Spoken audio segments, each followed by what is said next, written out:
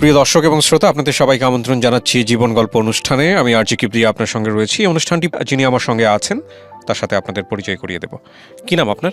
আমার নাম মুন্নি। বয়স কত? 35 বছর। বলেন মুন্নি, আপনি যেখান থেকে বলতে চান, ছোটবেলা থেকে আপনার গল্পটা একটু শুনি। আমি খুব ছোট ছিলাম, অনেক বেশি বয়স না, আমার এই 10 কি 7 বছর বয়সের মতো, এরকম কাছাকাছি। জি। তারপরে বাবা মার যতটুক মানে ভালোবাসা তাদের আছে, সেই ভালোবাসাটা আমাকে দেয় নাই। কোনো গল্প আছে মানে ভালোবাসা যে দেয় নাই? এটাই বলতেছি আমি, সবটা বলি শুনেন আপনি। হ্যাঁ। মানে ছোটবেলা থেকে আমি আসছি এই এখানে, আমি স্কুলে ভর্তি করছি আমার মারে। আমি বললাম কি, মা আমার তুমি স্কুলে ভর্তি করে দাও, আমি স্কুলে পড়বো। হ্যাঁ করলো কি, আমার আর স্কুলে ভর্তি করছে না ভর্তি কইরা মানে আমারে খুব কষ্টের ভিতরে ফেলাই দিছে। মানে এইগুলা টোকানি, হেডা টোকানি, আমার এই লার্কি টোকাইতে পাঠাই দিত, এইগুলা টোকাইতে পাঠাই দিত, এইগুলা টোকাইতে অনেক কিছু কষ্ট দিত। মানে যদি আমি কিছু না লার্কি লুর্কি টোকাই না দিতাম, আমার মা বাবা আমার খুব অত্যাচার করতো, খুব মারধর করতো।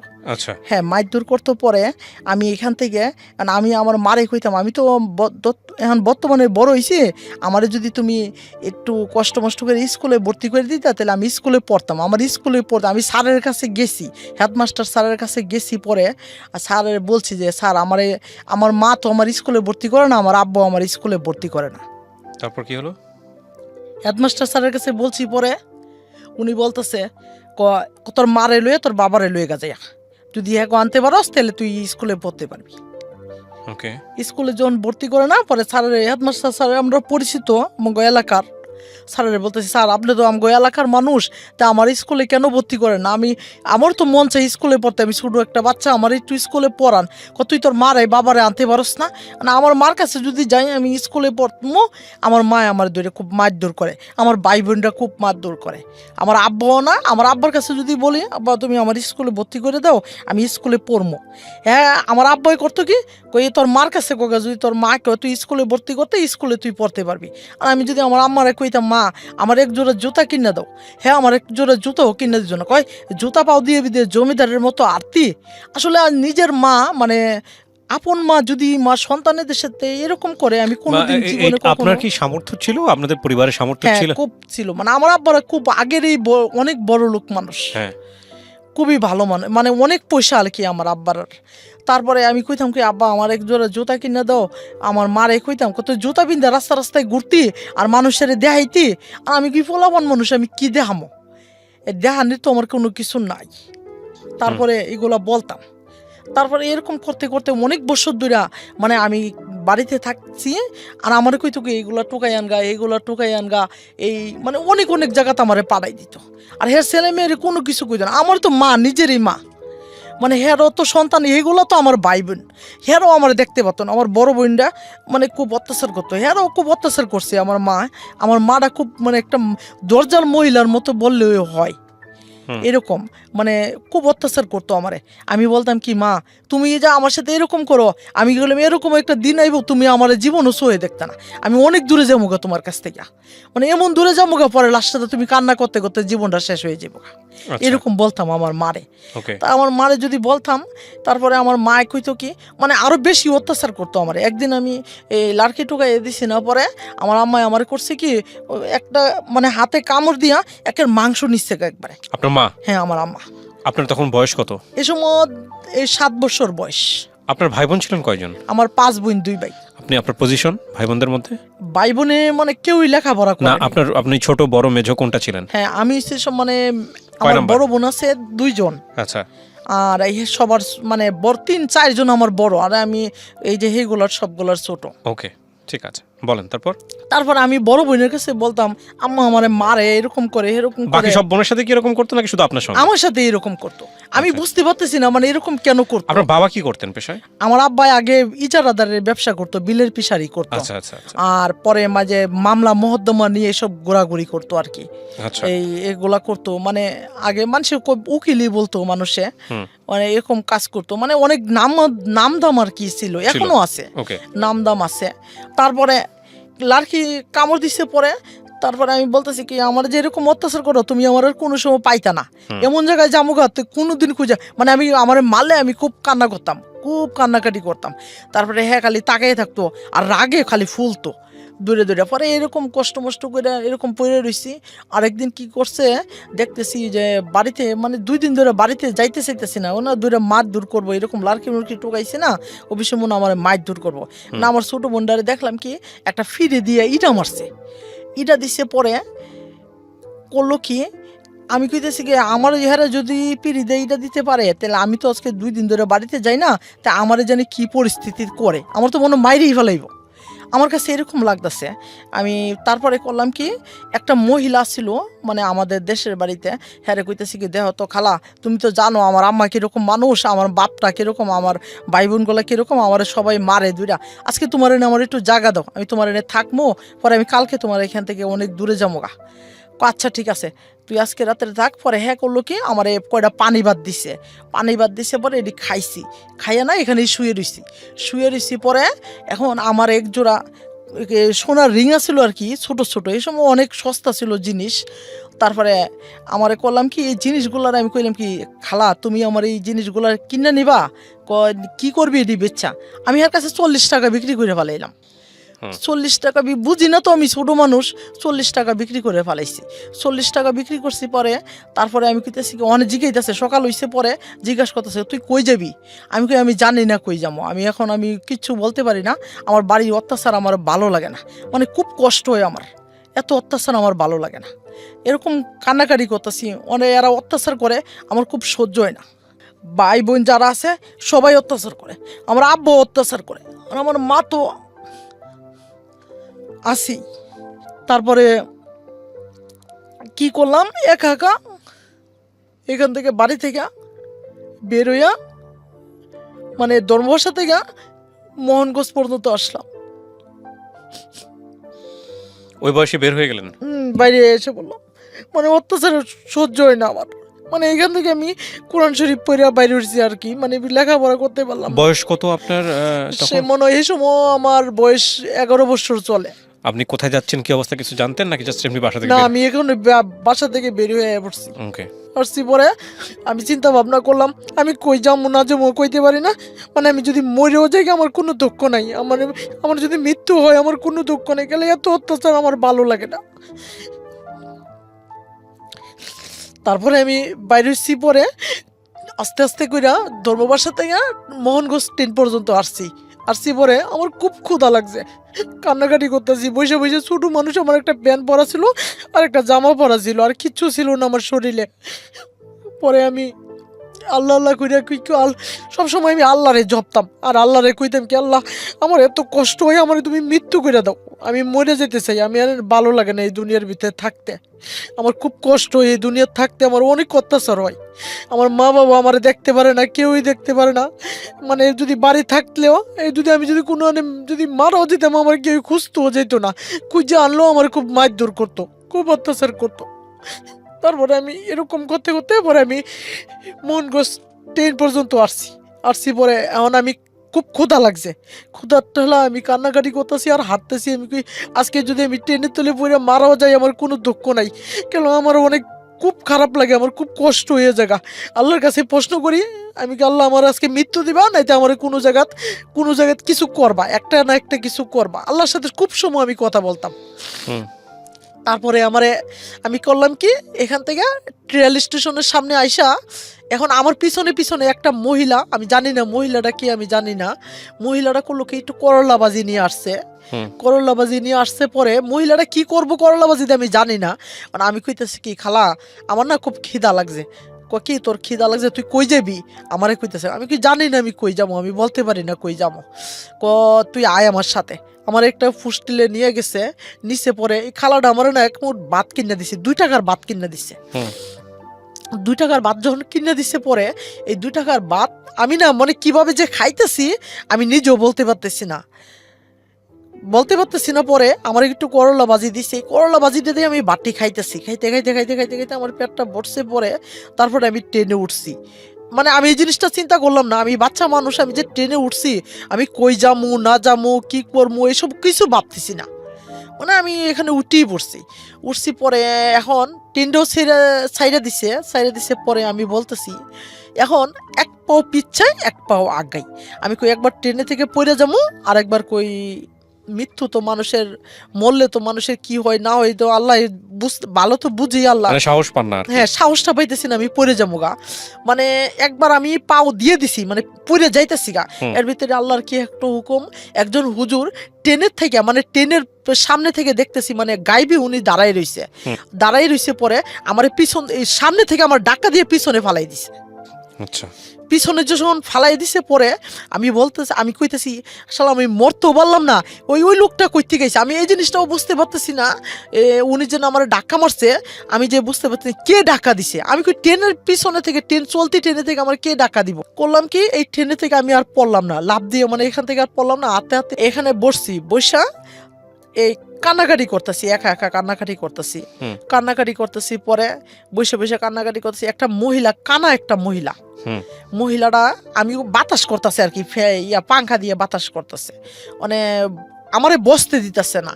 আর আমি কইতেছি আন্টি দেখেন আমার তো বাবা মা কেউই নাই, আমি এতিম মানুষ, আমার একটু বসতে দেন। তাই কেউ নাই, মানে বলতেছি কেউই নাই, আমার একটু বসতে দেন। মানে হ্যাঁ কইতেছে আমি কান্না করতেছি পরে হ্যাঁ আমারে বসতে দিছে। পরে জিজ্ঞাসা করতেছে তুমি কোথায় যাইবা, আমি কই আমি জানি না কই যাবো, আমি নিজেও বলতে পারি না আমি কই যাবো। তুমি আমার সাথে যাইবা, আমি কই আন্টি আমি আমারে নিয়ে যান, আপনি যদি নিয়ে যান তাহলে আমি আপনার সাথে যাবো। আমি এই জিনিসটা ভাবলাম আমি তো মরতে আইছি, মরলাম না, তাহলে ওই মহিলাটা যদি আমার গলা কেটে মারিয়ে লাতে তো আমি মরিয়ে যাবো গা, তাহলে আমি এনেই মরে যাবো গা, সমস্যা নাই। এখন করলাম কি এই মহিলাটার সাথে আমি রওনা দিলাম। মহিলাটা নারায়ণগঞ্জে যাবে, নারায়ণগঞ্জের থেকে আর বাসা এসে নারায়ণগঞ্জ, আর বাপ মা সবাই থাকে নারায়ণগঞ্জে। তারপরে এই মহিলাটার নামে মানে ট্রেনের থেকে নামছি কমলাপুর স্টেশন, নামে পড়ছি পরে মানে এই যে রেল স্টেশনের যে লোকগুলা বলতেছে এই বাবু এই এদিকে আইও। আমি কইছি কি কেন ডাকতেছেন আপনি, কইতাছে তুমি কোথায় যাইতেছো। আমি কোথায় যাইতেছি আমি কইতে পারি না, আমি যে ওই মহিলা আন্টিটার সাথে যাইতেছি। তুমি আন্টির সাথে কোথায় যাইতেছো, তোমার তো মাইরা লাইব, মহিলা নিয়ে তোমার বিক্রি করে লাইব। আমি কি আমার বিক্রি করুক না করুক যা করুক সেটা আমার ব্যক্তিগত ব্যাপার, আপনার কিছু বলার দরকার নাই, আমারে যাইতে দেন, আমি যাবো ওনার সাথে। কি তুমি যদি যাইবা তাহলে আমার সাথে চলো, আমারে বলতেছে এই রেল স্টেশনের লোকটা বলতেছে তুমি আমার সাথে চলো, তোমাকে আমি পালমু, তুমি আমার সাথে চলো। আমি না আমি আপনার সাথে যাবো না, আমি ওই আন্টিটার সাথেই যাবো। এই আন্টিটার সাথে যাইছি পরে হ্যাঁ বাড়ি গেছি পরে আমার কয়টা বাদ দিছে পরে আমি খাইছি, খাইয়া টাইয়া করলাম কি বসছি পরে অনেক আর বোনের নাম আর আমার নামও সেম মানে মেয়েটার নাম আর আমার নাম সেম মানে মেয়েটা বলতেছে কি তুমি কই যাইবা, কোথায় থাকবা। আমি কইছি কি দেখেন আপনার বোনে তো আমার আপনাদের কাছে আইনা দিছে, তাহলে আপনি গো আপনার কাছে রাখেন, আমার একটা চাকরির ব্যবস্থা করে দেন। আমার বয়সটাই বেশি না, 11 বছর বয়স। তারপরে আমি বলতেছি তুমি চাকরি করবো, তুমি তো ছোট মানুষ, আমি তো এমনি লম্বা ছোড়া অনেক ছিলাম যে সময় আমার এই সময় আমি খুব লম্বা ছোড়া ছিলাম। পরে উনি বলতেছে তুমি যদি চাকরি করবা তাহলে চলো আমার সাথে। পরে আমি কি করলাম এই 2-3 দিন এখানে বসে ভাত খাইছি পরে আমার নিয়ে এই ফকির নিটওয়ার্স একটা গার্মেন্টস ওইখানে আমার ভর্তি করে দিল। গেছি পরে সাথে আমাকে ভর্তি নিচে পরেই আমার 950 টাকা বেতন ধরছে। 950 টাকা বেতন ধরছে পরে আমি কি করলাম এখানে চাকরি করতেছি। আমার বাবা মা যে আছে না মরছে না কি করছে আমি কিচ্ছু খবর জানি না। আমি এখানে চাকরি করতেছি 2 সপ্তাহ চাকরি করতেছি। পরে মানে খাবার খাইতেছি এখানে খাই ঠিকই, আমার একবেলা খাইলে আরেক বেলা আমার পেট ভরে না, আমার খুব কষ্ট হয়। এটা কি গার্মেন্টসের চাকরি? হ্যাঁ গার্মেন্টসের চাকরি। ওকে। আমার পেটটা ভরতো না, মানে খুব কষ্ট পাইতাম এখান থেকে। মানে আমি করতাম কি আমার একটা দিঘি ছিল, মানে খুব মানে এত পচা পানি, আমি 1 সপ্তাহ গোসল করছি পরে আমার শরীরটা পুরোটা পচে গেছিল, মানে এমন শরীরটা পচা ধরছে, মানে শরীরের ভিতরে মানে এরকম অবস্থা, মানে চুলকাইতে আমার জীবনটা শেষ হয়ে যেত, এমন পরিস্থিতি দাঁড়াইছে। মানে হাত পা শরীরটা আমার খুব কষ্ট হইতো। আমার এত কান্না করতাম, খালি কারো কাছে কইতেও পারতাম না, মানে ওনার কাছেও বলতাম না। আর আমার কাপড় চোপড়ও ছিল না, আমার শুধু একটা জামা ছিল। পরে আমার বাড়ি হলে মহিলাটা আমার ডাকতেছে পরে কই কি আমি কি আন্টি দেন এখানে তো থাকতেছি, মানে আমার কষ্ট, ওই খাবারটাও কষ্ট, আর এই যে নোংরা পানির ভিতরে গোসল করতে দেখেন আমার শরীরটা পচে গেছে। ওই আন্টিটা বলতেছে আচ্ছা মা তুমি তো এখানে থাইকেও না, একটা কাজ করো, তুমি যদি ভালো একটা জায়গা পাও তুমি সেইখানে চলে যাও। আচ্ছা ঠিক আছে আমি সেখানেই চলে যাবো। তারপরে এই বুদ্ধিটা কইরা কি করলাম, উনি আমারে কি করলো, 2 সেট জামা দিছে পরে আমি এই জামাগুলা পরতেছি, ওইখানে আমি গার্মেন্টসে যাইতাছি। মানুষে আমার সাথে খুব মিশতো না, কইতো কি কয় নোংরা কাপড় পরে হাঁটে, নোংরা কাপড় পরে চলে। আমি এই জিনিসটা বুঝতাম না, নোংরা কারে কয়, কি আসে বিষয়, এই জিনিসটা আমি কিছু বুঝতাম না। কইতাম, ভাবতাম মানে আমার বাবার মার অনেক কিছু আছে, তাই কেউ আমার আজকে কিচ্ছু নাই, মানে আমি একা, মানে কবর থেকেও খারাপ আমার অবস্থা, আমার কাছে এরকমই লাগতো, মানে আমার কেউ নেই পৃথিবীর ভিতরে আল্লাহ ছাড়া, এরকম ভাবতাম যে নিজে নিজে বইয়া বইয়া আমি কান্না করতাম। আর আমার শরীরটা পচা মানে খুব দুর্গন্ধ হয়ে যাইছিল গা। মানে আমি গার্মেন্টসে যাইতাম, মানুষ কইতো কি তুমি দূরে সরো, দূরে সরে বসো, মানে চাকরি করলে পরে কইতো কি কয়েকদিন পর্যন্ত আমি চাকরি করছি এরকম কইরা।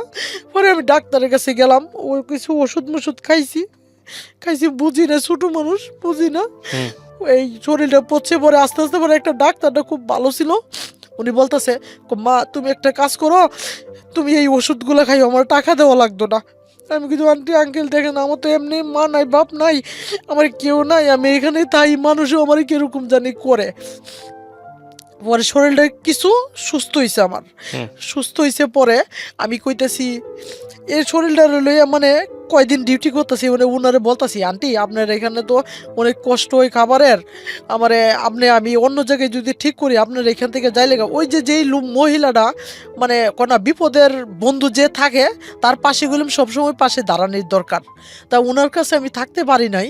মানে আমি বলছি কি আন্টি দেখেন আপনার মার এখানে তো আমার খুব কষ্ট হয়, ওনার মাই বলতাম, আমি দেখেন ওনার এখানে তো কষ্ট হয়, তাহলে আপনি আমার একটা কাজ করেন, আমি একটা অন্য জায়গায় যদি আমি বাসায় থাকি, এই আন্টির ওই গার্মেন্টসে চাকরি করে, মানে অন্য একটা মহিলাও চাকরি করে, ওনার সাথে যদি থাকি আপনি তো রাগ করতেন না। না না আমি কোনো রাগ করতাম না, দেখো তোমার তো এখানে কষ্ট হয়, তোমার শরীরটা পুরাটা পচে গেছে গা, এমন অবস্থা, দেখো কেউ তোমার এখানে যত্নের মানুষ নাই, তে তুমি অন্য জায়গাতেই একটু ব্যবস্থা করো। তারপরে ওই খালাডারে বললাম, খালা আমারে আপনার কাছে নিয়ে যান, আপনার আমি 700 টাকা করে দিব না, খাবারের টাকা 700 টাকা করে দিব না, আমার ওই টাকাটা আপনি নিয়েন গা, আর আমার আপনার কাছে রাখেন। তারপরে এখানে আমি টাকাটা হেরে খাবারের টাকা 700 টাকা করে দিতেছি, ওনার কাছে আমি গেছি। 1 সপ্তাহ 2 সপ্তাহ আমারে খুব ভালো ভালো যত্ন করে রাখছে, খুব ভালো ভালো ভাত খাওয়াইছে, পেটটা বইরা খাওয়াইছে। তারপরের দিন মানে 2 সপ্তাহ পরে কি করলো, হ্যার ছেলের আর ভাতগুলা খাবার নোংরা খাবারগুলা নিচে দিয়া আর উপরে ভালো বাটি দিলে পরে আমি বুঝতাম, মানে যে সময় খাবারে বসতাম তাহলে বুঝতে পারতাম এই খাবারগুলা মানে নোংরা খাবার, আমি এগুলা খাবার না, আমি উপরের খাবারটি খাইতাম। মানে কইতো কি এই বেশ সবগুলা ভাত খাও না কি লেগা, আমারে কইতো সবগুলা ভাত, আমি কি খালা আমার না পেটটা বইরে গেছে আর ভাত খামো না, মানে বলতেও পারেন না। হ্যাঁ বলতে পারবো, আমার তো ওইগুলোর অভ্যাস নাই কারো কাছে বলার, মানে কিছু বলতেও পারতেছি না। মানে আমি কিন্তু খালা আমি খামো না, এই ভাতগুলো নিয়ে যান, এরকম করতে করতে প্রতিদিন এরকম করে, প্রতিদিন জন্য এরকম করে। তারপরে কি করলাম, মানে এখানে থাকতেছি ওই যে খালুটা আছে না, ওই খালুটা করলো কি এই প্রতিদিন আমার শরীরে না হাত দেয়, মানে আমি এর মেয়ের থেকে অনেক ছোট, সেই সময় আমি এর মেয়েটা আমার থেকে অনেক বড়, আর এর মেয়ের থেকে অনেক ছোট মানুষ, আমি একটা জামা পরে থাকতাম, আর আমার শরীরে প্রতিদিন হাত দিত, এর হাতে এরকম ধরতো হাতে। আমি কি একদিন আমি কইতেছি কি খালু দেখেন আপনি তো আমার বাবার মতো বয়স, আর আপনি আমার সাথে এরকম বিয়াদবি করেন, এগুলা খুব খারাপ, আপনি এগুলা আমার সাথে বিয়াদবি করেন না আপনি। পরে কথা বলতেছি, পরে এই খালুটা কি করতো আমার চটকনা মারতো, বা 2-3টা করে চটকনা মারতো। তারপরে আমি কইতাম কি বলেন হ্যাঁ শুনতেছি। আমার মার কথা মনে হইতো, বাবার কথা মনে হইতো, এগুলা কইতাম, মানে মনে মনে ভাবতাম আমার বাবা মার কথা মনে হইতো। পরে তারপরে আরো ঘৃণা বেশি হইতো, কইতো কি শালার আমার মা এই তো দেখতে পারে না, বাবা এই তো দেখতে পারে না, আর এই যে তার জন্য আজকে জীবনটাই অবস্থা, আজকে এরকম পরিস্থিতির আমার কষ্টের ভিতরে পড়ে গেছি, আজকে পর মানুষে করলেই কি আর না করলেই কি, এই কথাটা বলতাম আর একা একা কাঁদতাম, বসে এখানে কান্নাকাটি করলে এই আমার কইতাম আঙ্কেল আপনি আমার এরকম ধরেন না, আমার খুব ভালো লাগে না এগুলা। আমি কালাডারে জিজ্ঞাসা করলাম, কালা তোমার কাছে আমি তাই বিপদে পড়ে তোমার কাছে আইছি, তোমার স্বামী আমার এরকম করে কি লিখে তুমি ওনাকে কিছু বলতে পারো না? পরে একদিন আমি কইতাছি খালোডারে কইতাছে, পরে কইছি, পরে এই খালার কাছে বলছি, পরে খালাটা কইতাছে কি কয় হ্যাঁ তোর যদি ভালো না লাগে তুই এখান থেকে চলে যা, এখান থেকে চলে যা। তারপরে আমি করলাম কি, এখান থেকে আমি চিন্তা ভাবনা করলাম এখানে থাকলে নিজের মান সম্মানটা থাকতো না। আমি ছোট মানুষ, এরা তো কিছু আমার দুঃখটা বুঝতেছে না, মানে আমার নিয়ে মানে হাসি তামসা করে, বুঝছেন, মানে ভাবতেছে এরকম। ওই লোকটা মানে এতই নোংরা ছিল। পরে আমি বলতেছি থাক, আমি এখানে থাকতাম না। পরে একটা খালা ছিল, আরেকটা খালা ছিল, ওই খালাটারে যে এরকম এরকম বাইঙ্গা কইছি, খালা এমন এমন, আমি হ্যাঁ গো বাসায় থাকবো না, আমার আপনার বাসায় নিয়ে যান। এই খালাটা করলো কি, হ্যাগো বাসায় আমার আনছে। হ্যাগো বাসায় আমি অনেক দিন খাবার খাইছি, এরকম করছি, খাইতে খাইতে মানে উনির বাসায় খুবই ভালো ছিলাম, গার্মেন্টসে চাকরি করতেছি, খাবার খাইতেছি। মানে আমার এই গার্মেন্টসের যে পরিস্থিতিটা আমি বুঝতাম না, যেই যেরকম পরিস্থিতি না, মানে এখানে চাকরি আমি তো কখনো করি নাই জীবনে, জানি না, বুঝি না। মানে এখানে যদি আমি একটা কিছু ভুল টুল করতাম না, স্যারেরা করতো কি আমার কান ধরে দাঁড়া করাই তুই রাখতো, কান ধরে দাঁড়া করাই থুই রাখতে পারে না। আমি খুব কষ্ট পাইতাম, অনেক কান্নাকাটি করতাম দাঁড়ায় দাঁড়ায়, আমার পাও টাও ফুললে অনেক অবস্থা খারাপ হয়ে যেত। মানে কি কইতাম, মা বাবার কাছে থাকতে যে পরিস্থিতিটা, এর থেকে বেশি পরিস্থিতি আমার হয়ে যেতেছে, মানে মৃত্যুটা আরো কাছাইতেছে আমার, মানে এমনই পরিস্থিতি দাঁড়াইতেছে, আমার পাগুলা অনেক ফুললে মানে অনেক অবস্থা খুব খারাপ হয়ে যেতেছে। পরে আমি গার্মেন্টসে যে এইগুলা মানে এই যে স্যারডিরে বলতাম, স্যার দেখেন তো আমার বাপ মা নাই, কেউ নেই, আপনারা আমার এরকম অত্যাচার কেন করেন, আমি তো বুঝি না, আমার একটু বুঝাই দেন, এরকম কথা বলতাম। পরে হেরা কইতে কই, তুই বুঝিস না, তুই গার্মেন্টসে চাকরি করেছিস, বুঝিস না, তুই বুঝতে পারস না, বিয়াদবের বাচ্চা, আমার এইগুলা কইতো। তারপরে আমি চুপচাপ এনে দাঁড়াই থাকতাম, পরে দাঁড়াই থাকতে কান্নাকাটি কইরা চুপচাপ এখানে দাঁড়াই থাকতাম। একটা ছেলে বাড়ি হইছে কোন জায়গায় জানি, যশোর নাকি কোন জায়গায় আমি বলতে পারি না, ছেলেটার বাড়ি যশোর, ছেলেটার নাম রাজা। ছেলেটা আমি বলতেছি কি, রাজা ভাই, আমার তো ভাই বোন কেউ নাই, আমি একটা সত্যি কথা আপনার কাছে বলতে চাই। কি কথা বলবি বল। কি ভাই, আমার তো মা আছে, বাপ আছে, আমি একটা চিঠি লিখতে চাই 6 মাস পরে। আচ্ছা, হ্যাঁ, একটা চিঠি লিখতে চাই 6 মাস পরে। আমি বলতেছি আমি কি, রাজা ভাই আমার বাড়িতে একটু একটা চিঠি লিখে দেন, আর আমি আমার মাটা কেমন আছে না আছে আমি একটু দেখতে চাই। কি তুই সিদ্ধি, তোর বাপ মা আছে, তুই এতদিন মানুষের কাছে বলিস তুই বাপ মা নাই, মরে গেছে গা। তা আমার তো দুঃখটা কারো কাছে বলতেছি না, মানে শেয়ার করতে পারতেছি না, কি এমন আসে বিষয়, আমার অত্যাচার করছে দেখে আমি এখান থেকে চলে আইছি, কি এরকম কিছুই বলতে পারতেছি না। পরে আমার বলতেছে তোর বাবা মা আছে, আচ্ছা ঠিক আছে যা, আমি তোর একটা চিঠি লিখে দেই, তুই চিঠিটা লেখ। মানে আমাকে ওই রাজা ভাই আমাকে সিডিটা লেখা দিছে মানে হ্যাঁ পুষ্ট করে দিছে। আমি আবার বুঝতে পারতেছি না, আমি মনে করছি সিটিটা লেখা দিছে, মনে হয় হেয়ার কাছেই আছে, আর সিটিটা পাঠাই নাই। এখন সিটিটা যেন আমার বাড়িতে পৌঁছে গেছে এটা আমি আর জানি না। আচ্ছা, এই চিঠিটা করলো কি, মানে আমার বাড়িতে আবার তুলপার হয়ে গেছে গা, মানুষের কাছে জানাজানি হয়েছে, আমার নিয়ে মানুষের মাইরা লাইছে, মুইরা এলাকার মানুষ, আমার ফুফুরা তো আমার আব্বার সাথে খুব শত্রুতা, মানে সম্পত্তি নিয়ে অনেক ঝামেলা করে, সন্দেহ করছে। হ্যাঁ ওদেরকে সন্দেহ করছে, ওরা আমার মাইরা ফালাই দিছে, আমার 40 দিনের সিন্নি করছে, আমি মানে সবকিছু করে ফেলাইছে আর কি। আর আমার বাপ মা ঢাকা শহরে অলি গলি যা আছে সব খোঁজাখুঁজি করছে। ওই যে বলছিলাম আমার মার কাছে একবার, মা তুমি এমনও দিন হইব আমার চোখে দেখতে না, পরে তুমি কান্নাকাটি করবা। পরে এই কথাটা বললাম, সত্যি হয়েছে, আমার মা অনেক কান্নাকাটি করছে, মা ও শুকাইয়ে গেছিল গা, আমার আব্বা করে হাতের আঙ্গুলের মতো শুকাই গেছিল গা কানতে কানতে। আর আমার বোনগুলা পাগলের মতো কান্নাকাটি করে হাঁটতো আর কানতো, রাস্তা দিয়ে কইতো। আর অনেক এলাকার মানুষে কইতো, কয় খুব ভালো ছিল, কারোর সাথে ঝগড়া করতো না, ওই যেভাবে কইতো সেভাবে শুনতে, তোরা তো আর খুব অত্যাচার করতে, এই কারণে তোর কাছ থেকে ওই দূরে সরে গেছে গা। পরে এরা এই কথা বললে না আরো বেশি কান্নাকাটি করতো আমার মাটা। আর আমার মা রাস্তাঘাটে পইরে পইরে কান্নাকাটি করতো, স্কুলের বারিন্দা যেয়ে পইরে পইরে কান্নাকাটি করতো। ওই স্কুলে তো ওই যাইতো, হেডমাস্টার স্যারের কাছে বলতো, স্কুলে পড়তো, মানে অনেক কথা বলতো। তারপরে স্যারেরাও কইতো। এখন আমি স্যারের কাছে বলি, স্যার আপনি আমার স্কুলে ভর্তি করুন, আমার জীবনটা আপনি নষ্ট করে দিচ্ছেন, নয়তো আমি এখন একটা পুলিশের চাকরি করতে পারতাম, যে কোনো একটা চাকরি করতে পারতাম, আমি একটু চেষ্টা করলে আমি পারতাম। কইলাম আপনারা যদি আমি সরকারি তো 5 পর্যন্ত আমার পড়াইতেন। স্যারেরা বলি, স্যারেরা কথা বলে না, মাথা নিচা করে বসে থাকে। তারপরে আমার মার কাছে চিঠিটা গেছে, পরে এরা অনেক কান্নাকারি করছে, মানুষের কাছে মামলা টামলা কইরা দিছে, অনেক কিছু কইরা দিছে করছে। পরে বলতেছে মানুষে কয় মাইরা ফালাই দিছে, অমুক জায়গা গেছে, অমুক জায়গাতে লাইনের ভিতরে এই ট্রেনের ভিতরে ফইরা মইরা রইছে, কোনো ইয়ার জায়গাত মাইরা ফালাই দিছে, ডেনে মাইরা ফালাই দিছে। আমার বইনের ডুইনের ভিতরে খোঁজাখুঁজি করছে, আমাকে ঢাকা শহরের ভিতরে আমার ফেফার চাপাই দিছে, কোনো কিছু তো আমার পায় না। চিঠিটা লিখছি পরে এই রাজা ভাই আমার চিঠিটা আবার পাঠাই দিছে। আমার বাড়ি আসছিল কামলাবাজ একটা বাড়ি আসছিল, উকিলপাড়া একটা বাড়ি আসছিল, খদ্দিরচর একটা বাড়ি ছিল, মানে আমরা 3টা বাড়ি ছিল। 3টা বাড়ি ছিল। আমার মা আবার কি করছে, আমার মায়ের বাড়িতে চলে গেছে গা।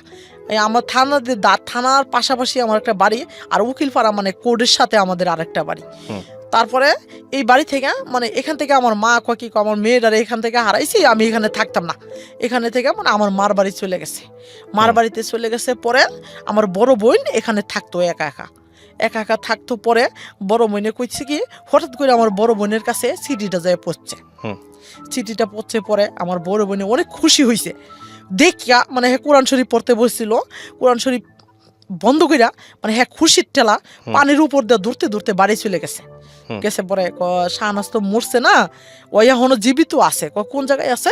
নারায়ণগঞ্জ ফকির নেটওয়ার্কস গার্মেন্টসে চাকরি করে। আচ্ছা, এই জায়গাতে আছে। করলো কি, আমার আব্বা সাথে সাথে রাত্রিবেলায় রওনা দিছে। পরে খুশি, মানে এরা অনেক খুশি, মানে আমার মনটা কি বল, এই দিন আমার মনটা অনেক খুশি লাগছে। মানে যেদিন আমার আব্বা আমার দ্বারে গেছে, আমার মা বোনে আমার দ্বারে গেছে, মানে অনেক খুশি লাগছে মনটা। পরের দিন আসছে? হ্যাঁ, পরের দিন আসছে পরে গেছে। পরে এখানে যাই দাঁড়াইছে, গার্মেন্টসটার পিছনে যাই দাঁড়াইছে। পরে এখন যাই কইতাছে কি, আমি একটা মেয়ে আছে এখানে গার্মেন্টসে চাকরি করে, মেয়েটার একটু ডাক দিয়ে দেন। পরে ডাক দিতে উনি আমার নামে একটা মেয়ে আসলো, শাহিনুর নাম মেয়েটার নামে। পরে শাহিনুর এই মেয়েটা কি করলো, আমার ডাকে মানে ওই মেয়েটা চলে গেছে। এখন আমার আব্বাই আরো মানে অবিশ্বাস মনের ভিতর ঢুকে গেছে গা। আমার মনে করছে সত্যি আমার মাইরে ফালাই দিছে, মানুষ এটা দুঃখা দিবার লাগে আমাকে ডাকে আনছে এখানে।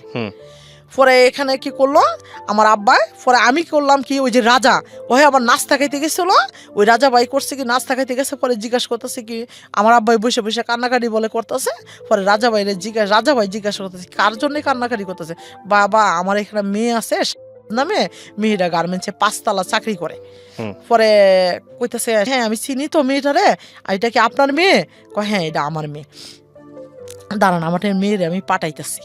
পরে এই মনের ভিতরে বল ভরসা ঢুকছে, মানে তবু যতক্ষণ না দেখছে এতক্ষণ পর্যন্ত মানে কখনো শান্তি পাইছে না। পরে আমি গেছি, পরে এরা আমার মা মানে আমার বোন আর আমার আব্বা দেখলাম কি শুকাইয়া এরকম আঙ্গুলের মতো হয়ে গেছে গা। পরে আমার জড়াইয়া ধরে কান্নাকাটি শুরু করে দিছে। তুই শুকাই আমার কইতেছে তুইও শুকাই গেছিস গা, তোর মানুষে খাবার দে না। আমি আমার মা বোনেরে কইলাম, আমার আব্বারে কইলাম, তো তুমি আমার খাবার দো না, আমার তোমরা কত সারে আমার খুব কষ্টের থেকে আমার বাড়ি থেকে বার করে দিছো। তা আবার কও গেলে মানুষে খাবার দেখ আর না দেখে, এটা তোমার কোনো কিছু জানার দরকার আছে? পরে আব্বা আমার জড়াই ধরে অনেক কান্নাকাটি করতেছে। পরে কইতেছে আমি আর এরকম করতাম না তোর সাথে, আমি বুঝতে পারি নাই এই ছোট মানুষ, আমি তোর অনেক অত্যাচার করছি এরকম বুঝতে পারি নাই, আচ্ছা চল আমার সাথে বাড়ি চল। পরে আমারে করলাম কি, আমি কি না আমি গার্মেন্টসে চাকরি ছাড়তাম না, আমি এখানে থাকবো। আমি কথা আচ্ছা ঠিক আছে তুই চাকরি ছাড়ে দিস না। পরে এই দিক দিয়ে মামলা করছে, পরে মামলাটা আমরা সব সাইডে দিছে। পরে আমার ফুফুরা আবার ফুফার তো বাইরে এরা সবাই আইসে, বাড়িতে আইসা পরে আমারে দেখছে, দেখে কইতেছে তোর লাগে আজকে এমন পরিস্থিতি, সব মামু আমার নামে মামলা করে দিছে, আমারে ধইরা নিত পুলিশে, তো আজকে জেল খাটাইতো তোর বাপের নিয়া। এমনও আমার আব্বার চরিত্রটা ভালো ছিল না, মানুষের নামে যে কোনো ভালো মানুষের নামে মামলা করে দিত, বা ভালো মানুষের খুব কষ্ট দিত, মানে খুবই একটা কষ্টের ভিতরে ফালাই দিত আমার আব্বা। মানে হ্যাঁ নাম করা আর কি, হ্যাঁ মানুষের খুব বিপদে ফালায়। তারপরে এখান থেকে আমারে বাড়িতে নিয়ে গেল মামলা সাইডে নিয়ে গেল বাড়িতে গেছি। পরে আমার মা আমার রাস্তা দেখি কান্নাকাটি শুরু করে দিছে, দিয়া পরে মানে জড়াইয়ে ধরে কান্নাকাটি করতেছে। পরে এখানে মানে আমি কিছুদিন ভালো ছিলাম, তারপরে কি করলাম, মানে কয়দিন আমি চাকরি করতাম, যা টাকা পয়সা আমার মার কাছে নিয়ে দিতাম, সব টাকা পয়সা আমার মারে নিয়ে দিতাম। পরে আমার মারে নিয়ে যে টাকা পয়সাগুলো দিতাম মানে আমার মায় রাখতো। পরে কিছুদিন আমি টাকাটা অফ করে রেখে দিছি, আমি টাকাটা দেই না, আমি স্যারের কাছে জমাইতেছি।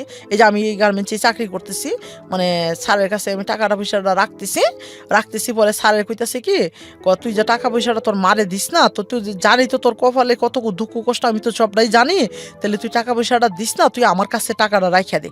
পরে টাকা পয়সা দিতাম না, তারপরে এই আগের মতো অত্যাচার শুরু করে দিছে। আমার মা আমার ঘর থেকে বার করে দেয়, রাত্রে 3টা বাজে ঘর থেকে বার করে দিছে। আমি এই সময় আমার বয়স 14, 16, 17, 18, 16 বছর বয়স হইব এরকম। আমি অনেক বড় মানুষ হয়ে গেছি গা। আমার রাত্রে 3টা বাজে ঘর থেকে বার করে দিছে আমার মা, বার করে দিছে। পরে একটা হিন্দু একজন দিলীপ কইরা নাম আমরা চাচা কইয়া ডাকতাম। হ্যাঁ আমার কইতেছে তোর মা তো জানি তো তোর মা এরকম জল্লাদ, এত খারাপ মানুষ, তাহলে একটা কাজ কর তুই আমার বাড়িটা। পরে আবার নিয়ে গিয়ে বার করে দিছে? হ্যাঁ আবার নিয়ে বার করে দিছে।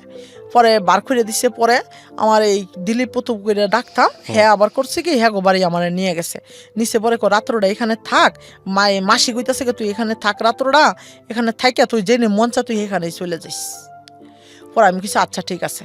পরে এখানে আমি আমার হাতে কিছু টাকা ছিল, পরে এই টাকাটা নিয়ে চিন্তা ভাবনা করলাম আমার চাকরিটাও চলে গেল গা, আমি এখান থেকে গেছি, পরে আমার চাকরিটাও চলে গেছে গা। পরে এই আমি কি করলাম বাড়িতে আসতে, পরে আমার ঘর থেকে বার করে দিছি। পরে আমার এই দিলীপ ওই কাকার দ্বারা আমি থাকছি রাত্রে, মানে আমার এই মাসি কইতেছে আজকে রাত্রে আমার এই ঠাম্মা দ্বারা যাই থাকছি রাত্রে, থাকছি। পরে ওনার কাছে থাকছি পরে রাত্রে সারা রাত্র মানে সকাল হইছে। পরে চিন্তা ভাবনা করলাম এখন কই যাবো, মানে অনেক কষ্ট, মনের ভিতরে অনেক একটা দুঃখ ঢুকে গেল গা। সারা জীবনে এত কষ্টের ভিতর থেকে আসছে, এখন আমার মা আমার ঘর থেকে বার করে দিছে। এটা কি মান? মানে আমার মনের ভিতরে এত জিনিস হিংসা ঢুকছে, মানে আমি হারে মা করে ডাকতে আমার ঘৃণা লাগে। তারপরে কি হলো?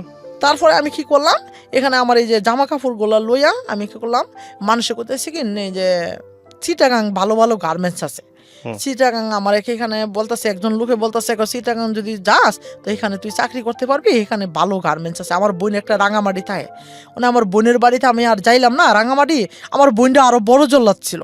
হ্যাঁ আমার খুব মারধর করতো, মানে খুব এরকম মারতো, মানে হ্যাঁ আমার দম বন্ধ করে নিত, নিঃশ্বাস বন্ধ করে নিত, এরকম মারতো। হ্যাঁ হ্যাঁ সবার বড়, মানে এত অত্যাচার করতো এই বোনটাই। তারপরে না এই বোনের কাছে আমি আর যাইলাম না, গেছি না। পরে তারপরে এই বোনের কাছে যখন গেছি না, তারপর আমার কি করলাম ওই চিটাগাং গার্মেন্টস একটা লোকের সাথে আমি কইতেছি, আমাকে এলাকার মানুষ অনেক মানুষ আছে, ওদের কাছে আমি বলতেছি, আমি কি কাকা দেখেন আমার তো আম্মা, দেখেন আমার আম্মা আমার বার করে দিছে বাইর থেকে, আপনার সাথে আমার নিয়ে যান। কই যাবি? আমি কই আমার যদি এইদিকে যদি কোনো গার্মেন্টস থাকে আমার এখানে ভর্তি করে দিয়েন। তারপরে এখানে আমার নিয়ে গেছে, আমি চিটাগাং পর্যন্ত আমি গেছি। পরে চিটাগাং থেকে এক লোক করলো কি, এই যে আমাদের বাড়ির পরিচিত লোকগুলা, হেরা করলো কি, ওর বাপ মা তো কেউই জানে না, ওই একা আয়া পড়ছে, কেউ তো এখানে কেউই নাই ওর। তো একটা কাজ করি, ওরে নিয়ে ফুডেলে নিয়ে বিক্রি করে লাই, ফুস্টিলে নিয়ে বিক্রি করলে, আমি তো এগুলো বুঝি না কিছু, ফুস্টিলে নিয়ে বিক্রি করলে আমারে বলতেছে কি তুই এখান থেকে নাম। আমি কি না, আমি এনে নামতাম না, আমি যে জেনে জেনে থামা আমি হেনে যাই যামো, তারপরে এখানে যাই চাকরি করবো যাইয়া একাই কইলাম যাইছি, কেউই চিনি না জানি না, কারোরই চিনি না। পরে যার সাথে আইসি হ্যাঁ করলো কি আমার ফুস্টিলে নিয়ে বিক্রি করে দিতে চাইছে। ফুস্টিলে যে সময় বিক্রি করে দিতে চাইছে, আমার কইতেছে কি তুই আমার সাথে আয়। গেছি, পরে কয়েকটা লোকের বড় বড় অনেক বড় বড় লোকগুলা কইতেছে কি তুমি বাবু কই যাইবা? আমি কই যাইতাম জানি না, তুমি এখানে নামছো যাও, ওরা তোমাকে বিক্রি করে দিব, ওরা তোমার বিক্রি করে দিব, আমার বিক্রি করে দিব। পরে আমি জিজ্ঞাসা করতেছি, কই বেটাই তোর সাথে আমি আইসি আমার আম্মার সাথে ঝগড়া কইরা তুই বেটা আমার বিক্রি করে দিতে চাইতেছিস, তুই এত খারাপ মানুষ, আমার আব্বা যদি শুনে তোর নামে মামলা করে দিব, এই কথাটা আমি বলতেছি। পরে এরা করতেছে কি হয়তো জানি না গেছে গা, তাহলে ওরা আর কোনো কিছু বিক্রি করা যেত না, এরা আমার সাথে বাসে উড়াইছে। পরে আরেকটা লোক আমার পাশের গ্রামের ওই লোকটা বলতেছে কি তুই গার্মেন্টসে চাকরি করবি, তাহলে আমার সাথে চল, তা আমি তোর গার্মেন্টসে ভর্তি করে দিব না। আমার সাথে কোরআন শরীফটা আছে আর আমার একটা ব্যাগ আছে, আর কিচ্ছু নাই আমার সাথে। তারপরে এই লোকটা করলো কি আমার নামাইলো, হ্যাঁ বোনের বাড়িতে আমার নিয়ে গেছে, বোনের বাড়িতে নিয়ে গেছে। পরে এই বোনের বাড়িতে নিচে, পরে আমাকে এখানে দেখুন ভাত খাবার খাওয়াইছে, আমারে নিয়ে করলো কি হ্যাঁ করে আমি গার্মেন্টসের চাকরি আমার দিছে না, হ্যাঁ করলো কি আমারে নিয়া ওই যে বড় বড় পাহাড়ের ভিতরে আমার নিয়ে গেছে। পরে হ্যাঁ লোকটা বলতেছে কি এক রাত যদি আমার সাথে ঘুমাস তোর ভালো চাকরি দিব, আমার ওইটা কইতেছে এক রাত যদি আমার সাথে ঘুমাস তোর ভালো চাকরি দিব। আমি হারে বলতেছি কি আমি আপনার মেয়ের মতো বয়স, আর আপনি আমার যে এই কথাটি বলেন আপনার কি লজ্জা করে না? আল্লাহ কইলাম আপনার এমন অবস্থা করব আপনি এখান থেকে যাই উঠতেই যেতে পারতেন না। পরে আমি কইতেছি কি বলেন হ্যাঁ এই কোরআন শরীফটাকে বলতেছি, আমার বন্ধু কোরআন শরীফ বন্ধু করে ডাকি, কোরআন শরীফটারে বলতেছি আমি আজকে এত বড় একটা বিপদের ভিতরে তুমি আজকে যদি আমার বাঁচাও তে বাঁচাইবা, নাই তো তুমি আমার মৃত্যু দিবা, আমি মরতে চাই, আমি আর বাঁচতে চাই না। ওই লোকটা আমার এরকম খারাপ কথা কয়, আমার আর ভালো লাগে না। আমি এখানে বাঁচবো না, আমি মরেই যাবো গা। আমি নিয়ত করছি আমি যে পাহাড় থেকে পড়ে মরিয়ে যাবো গা। আমার আর ভালো লাগে না, ওই খারাপ কথাগুলো আমার একদম ভালো লাগে না। আমার একদম আমার বাবা সমান বয়সে ও যদি আমার খারাপ কথা কয়, তা তুমি আমার সাথে তাও কিনলে গা। আমি কোরআন শরীফে প্রশ্ন করতেছি। তারপরে আল্লাহর কি একটা রহমত, এই আমার 2-3 বার এরকম ঘুরাই নিয়ে নিয়ে বারে বারে আমার এরকম একদিন থাকলে কিছু হইব না, প্রতিদিন আমার একই কথা কয়। পরে আমি কি চিন্তা ভাবনা করলাম, এনে যদি আমি থাকি তো ঠিকই আমার একটা না একটা কোনো দুর্ঘটনা ঘটবই এখানে, আমি এখানে থাকবো না। নিয়ত করছি, আমার কাছে কিছু গাড়ি ভাড়া ছিল, এই গাড়ি ভাড়াটা নিয়ে আমি ঢাকা শহর আবার আইসা পড়ছি। আমার আব্বারে কইতেছি, আব্বা তো আম্মা আমারে দেখতে পারে না, তো তুমি আমার একটা ঠিকানা দাও, আমি কোন যাইতে এলাকা ঢাকা শহরের ভিতরে তো তোমার ভাই বোনের অভাব নাই, অনেক বাড়িওয়ালারা আছে, আমার চাচারা আছে, তো হ্যাঁ গো বাড়ির ভিতরে আমি থাকবো না, আমি ভাড়া দিব না, আমি এখানে থাকবো। আমার এই যে এই সামনে আমার চাচার বাড়ি, মানে স্থানীয় আমার 2 পাপ চাচা আছে, 3টা না 4টা চাচা নিজের বাড়ি, স্থানীয় বাড়ি। এই চাচার বাড়িতে করলাম কি, আমি এখানে আসছি পরে আমি আমার কাকিরে কইতেছি, কাকি হ্যাঁ ভাবতেছি কি আমি লেখাপড়া করতে আইছি। আসলে কইলাম আমি লেখাপড়া আমি তো কিচ্ছুই জানি না, খালি কোরআন শরীফটা পর্যন্ত পড়ছি, আর কিচ্ছুই তো পড়ি নাই। তারপরে আমি কইতেছি, কাকি কইতেছে মনে করছে লেখাপড়ার লেগে আসছি, আমার মায় পাঠাইছে, বাবা পাঠাইছে, যে আমার ঘটনা তো হেরা জানে না। তারপরে আমি কইতেছি, কাকি আমি একটা গার্মেন্টসে চাকরি করবো, আমার একটা গার্মেন্টসে চাকরি দেন। হ্যাঁ বাড়াইটা দিয়া আমার একটা গার্মেন্টসে চাকরি দিয়ে দিচ্ছে। পরে আমার খাবার খাওয়াইতেছে 900 টাকা করে, হ্যাঁ নিতেছে আমার থেকে প্রতি মাসে, বলছে আর কি তুই আমার 900 টাকা করে দিস, তুই পরে যে আমার আপন চাচা রক্তের চাচা, হ্যাঁ নিজের বাড়িওয়ালা, এখনো বাড়ি আছে, এখনো আর গেছে বেশি বাড়ি হয়েছে। তারপরে আমি কাকারে কইতেছি, কাকা এমন আপনি যে আমার নিজের চাচা হইয়া 9 দিন ভাত খাইছি, 9 দিনের টাকা আমার কাছ থেকে নিতেছেন, একটা ছবি তুলছি কাকার কাছ থেকে টাকা নিয়ে, ওই টাকাটা শুদ্ধ আমার কাকা আমার কাছ থেকে নিচে পরে আমি মানে বয়ে বয়ে খালি কান্না করতাম। খালি মাও দেখতে পারে না, বাপও দেখতে পারে, ভাই বোনেরগুলো দেখতে পারে না, আর এইগুলো তো পরেই অনেক দূরে, চাচারা তো অনেক দূরের, এরগুলো আমার দেখবো কিভাবে? আমি এগুলা আল্লাহর সাথে প্রশ্ন করি, বয়ে খালি আল্লাহর কাছে বলি, কান্নাকাটি করি, খুব কান্নাকাটি করি, মানে আমার খুব কষ্ট হয়, মানে আমার দম বন্ধ হয়ে যায় মাঝে মধ্যে, আমি কিছু বলতে পারি না। আমি কই এগুলা আমার এত কষ্ট কে লেগে, আল্লাহ আমার দুনিয়া থেকে নিয়ে যেতে পারো না? পরে কি করলাম, এরকম কান্নাকাটি করে এখান থেকে বাইরে হইয়া, এই যে উত্তরপাড়ে একজন খালা আছে, ওই মেয়েটা আবার ওই যে সাথে সাথে ওই মেয়েটার সাথে বান্ধবী ছিল, আমার কাকির বাড়ির যে ভাড়া থাকতো। পরে কইতো কি, ওই মেয়েটার দ্বারা কইতাম কি, বোন দেখ আমার না কাকির এনে থাকবো না, আমি আমার একটু তোকে এনে নিয়ে যা। পরে এই মেয়েটার এনে মেসে খাইতাম, মেয়েটা আমার খুব মানে রান্না বান্না করলে ওরা আমার সব খাবার খাইয়া ফেলাইতো, একটা খাবারও আমার দিত না। আমি কইতাম কি শালার আমার কপালে এত খারাপ, এত কষ্ট জীবনই আমার এটা, এরকম ভাবতাম আর কাঁদতাম বইয়া বইয়া।